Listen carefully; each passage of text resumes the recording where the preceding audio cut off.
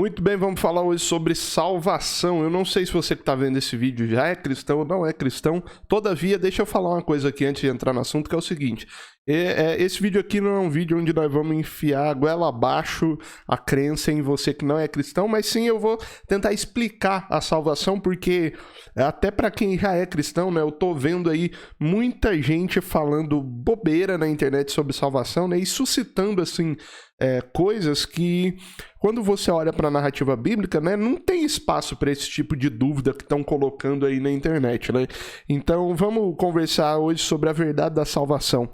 Faz o seguinte, eu vou abrir minha Bíblia aqui no meu celular e eu vou ler com vocês Romanos 5, versículo 12. Eu vou ler do versículo 12 em diante, tá bom? Até o final do capítulo 5, beleza? Vamos lá, eu vou ler aqui com vocês, tá? Portanto, assim como por um só homem entrou o pecado no mundo, e pelo pecado a morte, assim também a morte passou a todos os homens, porque todos pecaram. Porque até o regime da lei havia pecado no mundo, mas o pecado não é levado em conta quando não há lei. Entretanto, reinou a morte de Adão, desde Adão até Moisés, mesmo sobre aqueles que não pecaram à semelhança da transgressão de Adão, o qual prefigurava aquele que havia de vir.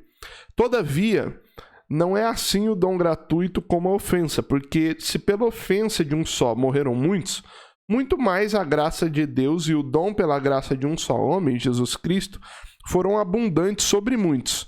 O dom, entretanto, não é como no caso de que somente um pecou, porque o julgamento derivou de uma só ofensa para a condenação, mas a graça transcorre de muitas ofensas para a justificação. Se pela ofensa de um e por meio de um só, essa parte é muito importante, ó, e a gente vai comentar sobre isso. Se pela ofensa de um e por meio de um só reinou a morte, muito mais os que recebem a abundância da graça e o dom da justiça reinarão em vida por meio de um só, a saber, Jesus Cristo. Pois assim como por uma só ofensa veio o juízo sobre todos os homens para a condenação, assim também, por um só ato de justiça veio a graça sobre todos os homens para a justificação que dá vida. Porque como pela desobediência, isso aqui, presta atenção nesse versículo, porque como pela desobediência de um só homem, muitos se tornaram pecadores, assim também, por meio da obediência de um só homem, que é Jesus Cristo, muitos se tornaram justos. Sobreveio a lei para que avultasse a ofensa, isso é, para que o pecado se tornasse visível, né? Mas onde abundou esse pecado, superabundou a graça através de Cristo, a fim de que, como o pecado reinou pela morte, assim também reinasse a graça pela justiça para a vida eterna, mediante Jesus Cristo, nosso Senhor. Essa é a carta, capítulo 5, né, do meio para baixo aí a gente leu, versículo 12 em diante do capítulo 5 da carta de Romanos, escrito pelo apóstolo Paulo, beleza? E aqui Paulo está explicando, né, muito com clareza, né, a respeito dessa questão da salvação, e nós vamos usar esse texto para, enfim, usar de base aqui para quebrar alguns paradigmas que eu tenho visto aí que tem surgido muitas vezes no meio cristão, tá?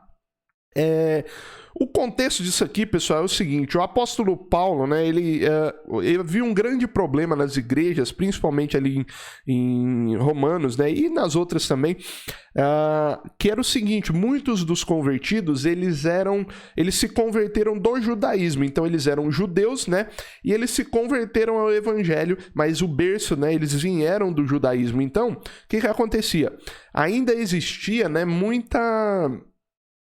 como eu vou dizer, muito resquício ali do judaísmo, né, na cabeça dessas pessoas. Então, muitas vezes, Paulo precisava escrever essas cartas.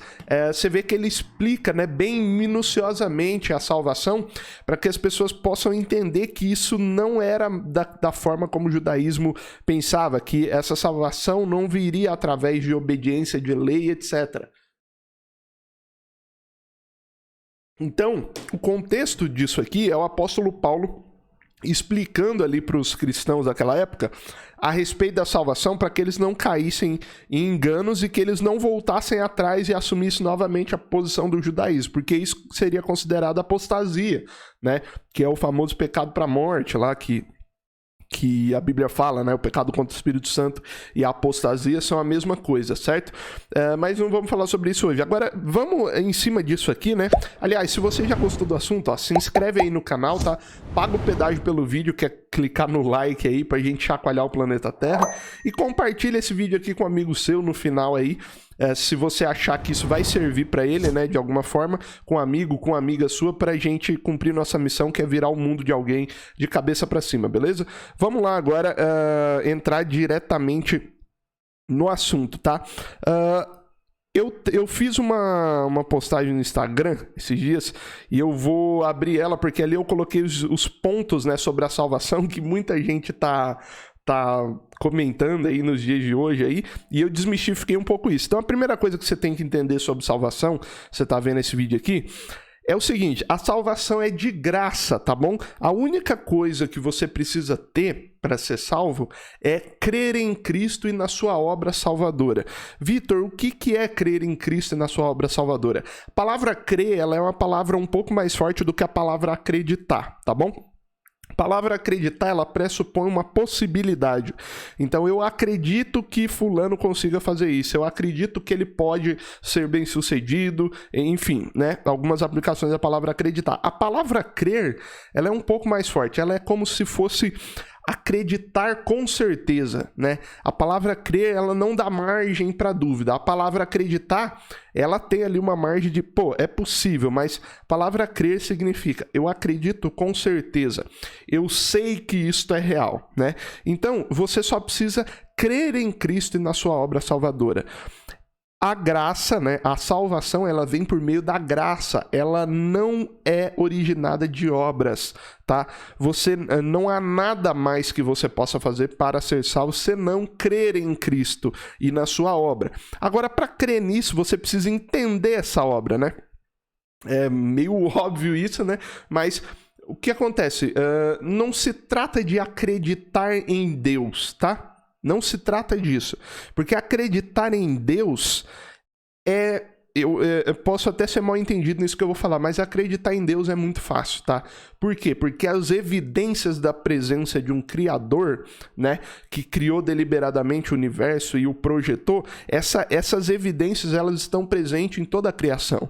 Então, você crer em Deus é muito fácil. Acreditar em Deus é muito fácil, mas não se trata de acreditar em Deus. Se trata de crer em Cristo, em Jesus Cristo e na obra dele. Qual que é a obra de Cristo? A obra de Cristo é a seguinte: ele veio para morrer em seu lugar, pagar o preço pelos seus pecados, e uma vez que os seus pecados foram pagos, você agora é livre para caminhar sobre a terra, fazer boas obras e não se preocupar mais com a culpa que você tem daquele pecado, tá? Isso quer dizer que é para você fazer o que você quiser da sua vida e, né, e sair pecando igual louco? O próprio apóstolo Paulo fala no capítulo 6, ali no capítulo seguinte de Romanos, que se você tem esse tipo de conduta maluca, né, de que agora eu sou salvo, então eu posso fazer a cagada que eu quiser na vida, né? Se você tem esse tipo de pensamento, a evidência é que você não é salvo, porque os salvos, eles recebem o Espírito Santo, né?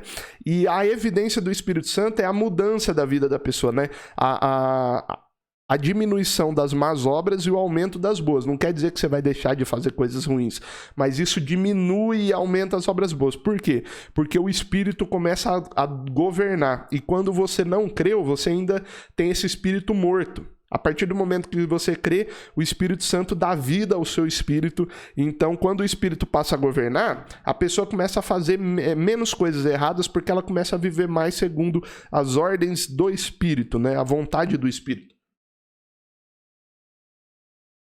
Bom, o segundo ponto é o seguinte: você precisa desistir de tentar ser salvo, porque isso não é possível. Não é possível você conseguir ser salvo. Por que não é possível? Porque não há nada de bom que você faça que possa te salvar. Nada, absolutamente nada. Por quê? Porque a salvação não é por obras, ela vem por meio da fé. Fé em Cristo Jesus. O apóstolo Paulo também fala isso, né? Salvação não é por obras, e sim pela fé. Então, é a fé que te salva e não aquilo que você faz de bom. O que você faz de bom é uma consequência da sua salvação, tá? Então, o que eu quero te dizer nesse ponto aqui é o seguinte: para de se esforçar para deixar de fazer coisas ruins com o pensamento de que deixando isso você vai para o céu. Não é assim. Não faça isso, porque você está indo pelo caminho errado, né? Você não deixa de fazer coisas ruins para ir para o céu, né? Você é salvo, acessa a salvação, tem relacionamento com Deus e por isso você deixa de fazer coisas ruins. Então, primeiro, você tem que crer. E crer não exige nada de você. Para você ser salvo, você só precisa agora aceitar, crer no Evangelho de Cristo, né? Tem um padre, eu não me lembro o nome, ele escreveu vários livros, eu não me recordo o nome agora, mas é um escritor muito conhecido, e ele fala assim, né? Acho que da época mais filosófica ali e tal, e ele tem uma frase assim: o inferno é um lugar cheio de não, porque o único jeito de ir pra lá é você falar não pra obra de Cristo, né? O seu pecado não pode te levar mais pro inferno depois que você é salvo. Como assim, Vitor? É exatamente isso. Como não há nada de bom que você possa fazer para ser salvo, também não há nada de ruim depois de salvo que possa te levar para o inferno. Porque se você creu de verdade, as suas más obras elas vão diminuindo e mesmo que você as cometa, elas não têm mais poder sobre você. Esse aqui é o evangelho verdadeiro, tá? Tem gente falando que isso aqui é super graça, que não é super graça. Vai estudar e vai entender o que é super graça. Super graça é um movimento surgido na América do Norte, se eu não me engano, né? Esse movimento nem lá tem força, muita força, tá? Porque a supergraça era um negócio absurdo, tá? Isso que estão falando que é supergraça no Brasil é a graça normal, tá? É a graça de Deus. Então, quando você vê alguém falando assim, que esse negócio de que não precisa fazer nada bom para ir pro céu é errado, não acredite nessa pessoa. Para ser salvo, você não precisa fazer nada de bom. E depois de salvo, não há nada de ruim que te tire do céu, que te afaste de Deus. Muita gente acha que o pecado afasta a gente de Deus. Você já deve ter ouvido isso na sua igreja, né? Ah, o pecado afasta de Deus. Afasta de Deus quando você não é salvo. Certo? Porque se o pecado pudesse te afastar de Deus depois que você creu no Evangelho e creu em Cristo, então o sacrifício de Cristo não serve para nada. O apóstolo Paulo adverte sobre isso. Ele fala assim: vocês querem crucificar Cristo de novo? Porque se todo pecado que você comete depois de salvo, depois que você creu em Cristo e no Evangelho, se ao cometer um pecado você cai da graça, você perde essa salvação, então toda vez que você cometer um pecado, Cristo vai ter que descer e ser crucificado na cruz de novo. Faz sentido isso? Faz sentido nenhum, não faz sentido nenhum. O verdadeiro evangelho é: você creu, então os seus pecados que você já cometeu, que você está cometendo ou que você ainda vai cometer, já foram pagos por Cristo. Ele levou sobre si toda a culpa. A Bíblia fala: não há mais cédula de dívida. O que é isso? Imagina que tinha uma dívida para você pagar e agora não há mais essa dívida. Então, não interessa o de ruim você ainda provavelmente vai cair, vai fazer e vai se arrepender por isso, vai se sentir mal, porque você agora é salvo, você é um cristão verdadeiro, né? Agora, se você não for, aí lascou, aí você já tá indo de rodo pro Didi, como fala, né? Mas se você é um cristão, quando você peca, você se sente mal, né? Só que esse pecado não pode te afastar de Deus. Presta atenção. Quando você peca, o céu não se fecha, o céu continua aberto para você. Por quê? Quem abriu o céu foi a justiça de Cristo e não a sua. Não é os seus atos que te aproximam ou te distanciam de Deus. Quem te aproximou e quem abriu a porta para você falar com Deus e de ter livre acesso ao Santo dos Santos, como diz a Bíblia, foi Cristo. Foi Cristo. Ele fez tudo por nós, tá? Então não há nada que você possa fazer para ser salvo. Você pode fazer por amor ao próximo, por amor a Cristo, por amor a Deus. Você vai melhorar suas atitudes. Mas para ser salvo, a sua justiça e as suas atitudes não servem para nada, tá? Outra coisa... não importa quais e quantos são ou ainda serão seus pecados, tá? Uma vez que você creu no Evangelho, você está liberto desta culpa, E isso acontece de uma só vez, tá? O sacrifício de Cristo é suficiente para pagar o preço por toda essa culpa, tá? Tem gente que acha que o sacrifício de Cristo, né, ele foi válido só para você ali. Você creu no primeiro pecado que você cometeu, lascou. Você vai ter que se converter de novo. Então, Cristo vai ter que morrer de novo, né? Vou voltar nesse ponto aqui. Você está falando que Cristo vai ter que sacrificar de novo? Não, ele se sacrificou de uma só vez por todos nós. Então, se você realmente creu, seus pecados não têm mais o poder de separá-lo de Deus. Aí tem gente que vai falar assim, mas está escrito na Bíblia que o pecado não nos afasta de Deus, né? Você vai falar isso. Sim, o pecado nos afasta de Deus, mas é por isso que o cristão, ele pode se aproximar de Deus, porque não há mais pecado sobre ele. Entende? O pecado te afasta de Deus, sim, mas uma vez que você creu, não há mais pecado. O seu pecado foi pago na cruz. Tá entendendo? Então, se o seu pecado foi pago na cruz, o que é que pode te afastar de Deus? Mais nada, porque o pecado não existe mais em você, espiritualmente. Você ainda comete os atos, né? O erro, você ainda comete o erro, mas entre você e Deus, esse erro não existe mais. Deus ele não fica mais entre você e Deus, porque quando você peca, esse pecado vai lá para a cruz, ele é expiado lá na cruz, né? Essa é a dinâmica da salvação e você precisa entender isso. Então, às vezes você nem é do meio religioso aí, né? Mas você tá assistindo isso aqui, cara, você pode ser salvo agora, é só você crer. Você crê nisso que eu falei aqui? Você crê que Cristo morreu, né? E aí eu vou falar assim, mas parece injusto, Vitor, você vai falar, né? E eu já tô caminhando aqui pro encerramento. Você vai falar, parece injusto. O problema é que para Deus, a justiça dos homens, ela não serve para nada. Mas eu vou dar uma explicação para você que acha injusto, que está justamente naquele texto que a gente leu. O texto está falando assim, por meio de um só homem entrou o pecado, ou seja, Adão pecou e a humanidade inteira vai pagar o erro e a culpa por esse pecado. A Bíblia fala que nós já nascemos em pecado. Então, pelo pecado de um só homem que foi enganado por Satanás no Éden, todo mundo está pagando desde então. Então, o que Romanos 5 está dizendo é assim, porque por um só homem Satanás enganou a humanidade, fez entrar o pecado e matar todo mundo espiritualmente, então também é justo que por um só homem, a saber, Jesus Cristo, Deus reconcilie o mundo consigo mesmo. Ou seja, não é injusto a salvação ser de graça, porque a condenação que houve em Adão também foi, entre aspas, injusta perante essa ótica, né? Então, veja, você não estava no Éden e você levou a culpa e a morte que se originou do pecado de Adão, né? Por que isso aconteceu? Porque Adão, anota aí, ó, Adão era uma matriz. Adão era uma matriz, ele era o piloto, o projeto piloto de Deus. Como Satanás conseguiu corromper a matriz, tudo que vier dali para frente vai ficar corrompido, tá entendendo? Da mesma forma, Cristo veio para ser um segundo start, né? Um segundo Adão. Então Deus está falando, olha, esse outro Adão aqui está corrompido, mas eu vou enviar Cristo para ser o segundo Adão e ser uma matriz que vai formar pessoas que não estão mais corrompidas. Pela justiça dela? Não, porque também não foi pelo pecado delas que elas morreram. Entende? Não foi pelo seu pecado de hoje que você iria para o inferno, foi pelo pecado de Adão. Se você nascesse e fizesse tudo certo, você já iria para o inferno. Por quê? Porque Adão pecou. É justo isso?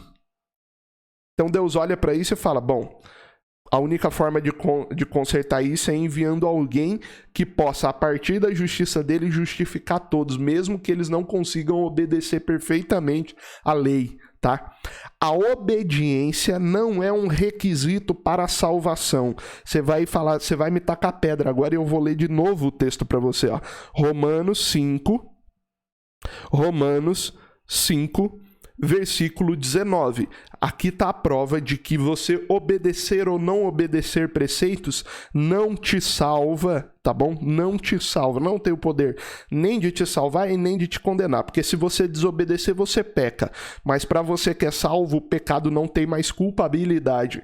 E se você obedecer, você está fazendo um ato bom, mas isso por si mesmo não te leva para o céu, porque o que te leva para o céu é a fé.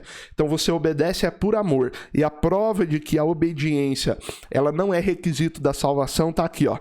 Romanos 5, versículo 19. Porque, como pela desobediência de um só homem, ou seja, pela desobediência de Adão, muitos se tornaram pecadores, todos nós, toda a humanidade.